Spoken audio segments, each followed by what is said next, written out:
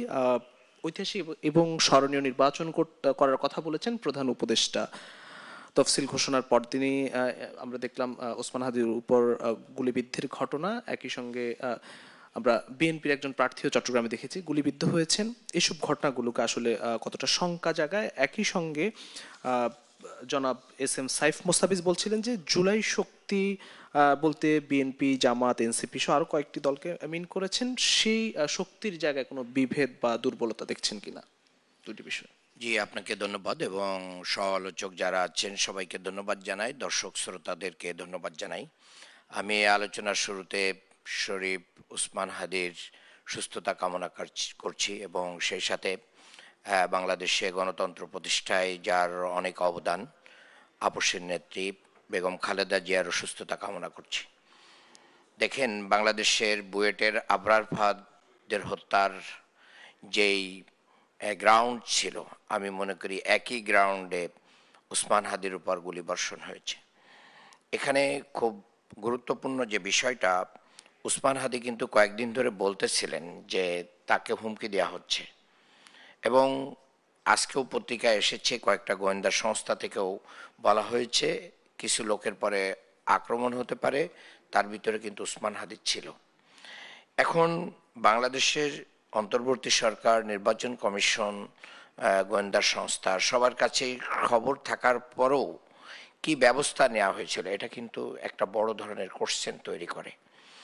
যারা আগামী দিনে নির্বাচন পরিচালনা করবেন, এই নির্বাচন পরিচালনার আগেই জামাত ইসলামী এবং সমমনা ৮ দল কিন্তু কর্মসূচি দিয়ে মাঠে ছিল। কি কর্মসূচি ছিল? কর্মসূচি ছিল লেভেল প্লেইং ফিল্ড তৈরি করতে হবে, অস্ত্র উদ্ধার করতে হবে, সন্ত্রাসীদেরকে গ্রেপ্তার করতে হবে।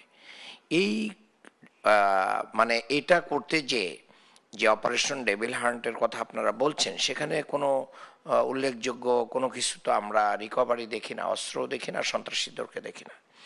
এবং সবচেয়ে একটা বড় ব্যাপার হচ্ছে, দেখেন বাংলাদেশে আমাদের ভাইরা সবাই বলতেছিলেন আওয়ামী লীগ এবং তার দোসরদের নিষিদ্ধের ব্যাপারে কিন্তু আমরা ঐক্যমত হতে পারি নাই।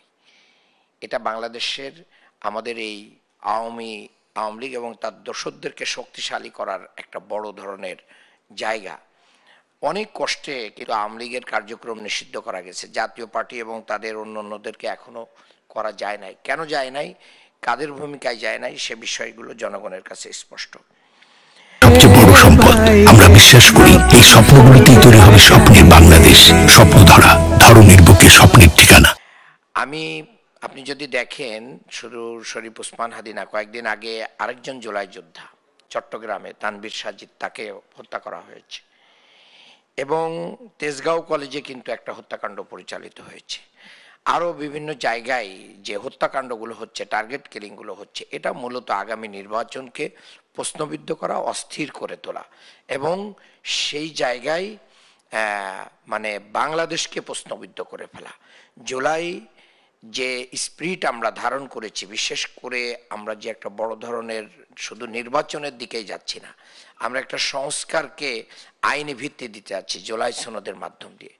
সেই সংস্কার যারা চায় না, তারাও এই জাতীয় সন্ত্রাসের মাধ্যম দিয়ে আগামী দিনে মানে ক্ষমতাকে কক্ষীভূত করতে চায় কিনা, এই বিষয়গুলো আমাদের কাছে খুব মানে প্রশ্ন হয়।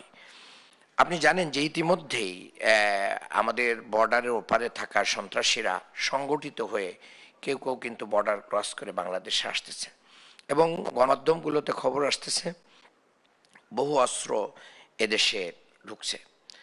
5ই আগস্টের পরে গোপালগঞ্জে যে দেশপ্রেমিক সেনাবাহিনীর উপর আক্রমণ হয়েছিল, এটা তো কোনোভাবে গ্রহণযোগ্য ছিল না। এটার পরে আমরা মনে করেছিলাম সারা বাংলাদেশে আওয়ামী লীগ এবং তার দোসরদের যত সন্ত্রাসী গোষ্ঠী আছে তাদেরকে নির্মূল করা হবে, কিন্তু সে ব্যাপারেও আমরা তেমন কোনো উদ্যোগ দেখলাম না।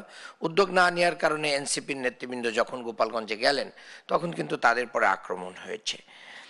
এছাড়াও আমরা দেখছি যে আরও অনেক জায়গায় পুলিশ বলেন, আইন শৃঙ্খলা বাহিনী বলেন, নির্বাচন অফিসে পর্যন্ত মানে আগুন দেওয়া হচ্ছে। এটার দ্বারা মূলত আওয়ামী লীগের যে চরিত্র, এই চরিত্র থেকে আওয়ামী লীগ বের হতে পারে নাই এবং তারা বের হতে পারবেও না। তারা ভারতের সহযোগিতায় বাংলাদেশের ক্ষমতাকে পুনরায় কক্ষিগত করতে চায়।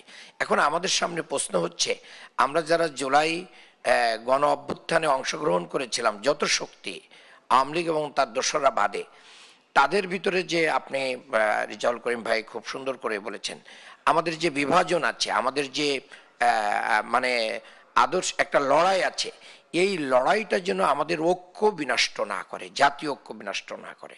এটা নিয়ে আমাদের কিন্তু জামাত এবং বিএনপির নেতৃবৃন্দের ভিতরে এরকম বক্তব্য আসছে যে জুলাইয়ের প্রশ্নে আমরা সবাই একমত।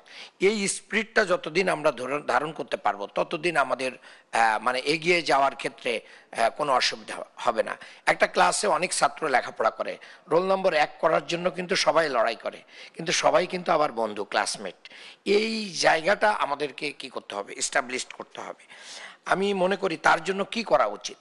আমাদের আমিরে জামাত ডাক্তার শফিকুর রহমান কিন্তু তিনি বলেছেন, বিদেশি অনেকগুলো দূতাবাস এবং বিভিন্ন অর্গানাইজেশন ওনাকে যখন জিজ্ঞেস করেছে, উনি বলেছেন যে আমরা যে জনগণ যদি আমাদের 200 আসনও দেয়, তাহলে আমরা এদেশের সকল কে সাথে নিয়েই আমরা কি করব, সরকার গঠন করব। এই যে ঐক্যের যে একটা সুর, এই ঐক্যের সুরটা যদি আমরা প্রতিষ্ঠিত করতে পারি, তাহলে কিন্তু এখানে সন্ত্রাসীদের আস্তানা থাকবে না। সন্ত্রাসীরা আমাদের মতন কারো না কারোর ভিতরে ঢুকেই কিন্তু এই আশ্রয় প্রশ্রয়ে কিন্তু অবস্থান করছে। তাহলে সন্ত্রাসীদেরকে ধরিয়ে দেওয়া এবং তাদেরকে মানে নির্মূল করা, অস্ত্র উদ্ধার করার ব্যাপারে আমাদেরকে কি করতে হবে। এরপরে আমি ভাই একটা কথা বলেছেন, জল ভাই, যে জুলাই সনদ নিয়ে কিছুটা মানে অস্বস্তি প্রকাশ করেছেন। দেখেন, বাংলাদেশ বিগত 54 বছরে আমরা যেটা করতে পারি নাই, যার কারণে তো আমাদের বারবার নির্বাচন প্রশ্নবিদ্ধ হয়েছে। আমরা বারবার মানে গণতন্ত্রকে হারিয়ে ফেলেছি। এই গণতন্ত্রকে অর্থবহ করার জন্য আমাদের সংস্কারটা অপরিহার্য ছিল, যার কারণে প্রধান উপদেষ্টা কিন্তু 3টা কথা বলেছিলেন। আমাদেরকে করতে হবে সংস্কার, বিচার এবং নির্বাচন। বিচারেরও একটা দৃশ্যমান প্রেক্ষাপট আমাদের সামনে আসছে, সংস্কারটাকেও হানা ভোটের মাধ্যম দিয়ে আমরা একটা জায়গায় নিয়ে আসতে পেরেছি। এবং আমি মনে করি যে ঘোষিত সঠিক সময়ের মধ্যেই নির্বাচনী তফসিল ঘোষণা হয়েছে, এই জন্য আমরা এই নির্বাচনকে ওয়েলকাম করেছি। আমি মনে করি যে আগামী দিনগুলোতে জামাত ইসলামে যেটা বলছে, লেভেল প্লেইং ফিল্ড তৈরি করা, অস্ত্র উদ্ধার করা এবং আমাদের দেশের নিরাপত্তার জন্য সকল আইন শৃঙ্খলা বাহিনীকে অ্যাক্টিভ করে দ্রুত অস্ত্র উদ্ধার এবং সন্ত্রাসীদের গ্রেপ্তারের ব্যাপারে পদক্ষেপ নিতে হবে। না হলে আগামী নির্বাচনকে প্রশ্নবিদ্ধ করবে এবং এই জাতীয় নির্বাচনী পরিবেশকে তারা বিঘ্নিত করবে।